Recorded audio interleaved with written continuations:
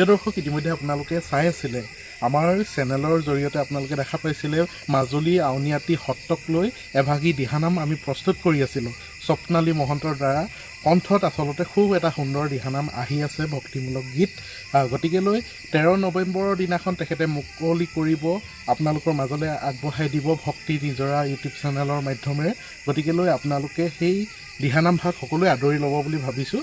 দিহানামৰ অকণমান দুটামান ক্লিপ এই ভিডিঅ'টোৰ জৰিয়তে আপোনালোকৰ মাজলৈ আগবঢ়াই দিছোঁ। কেনেকুৱা লাগিছে আপোনালোকে কমেণ্টৰ মাধ্যমেৰে জনাব, আৰু সম্পূৰ্ণ দিহানাম ভাগ ভক্তি নিজৰা ইউটিউব চেনেলত আপোনালোকে উপভোগ কৰিব ঠিক 13 নৱেম্বৰৰ দিনাখন। ধন্যবাদ।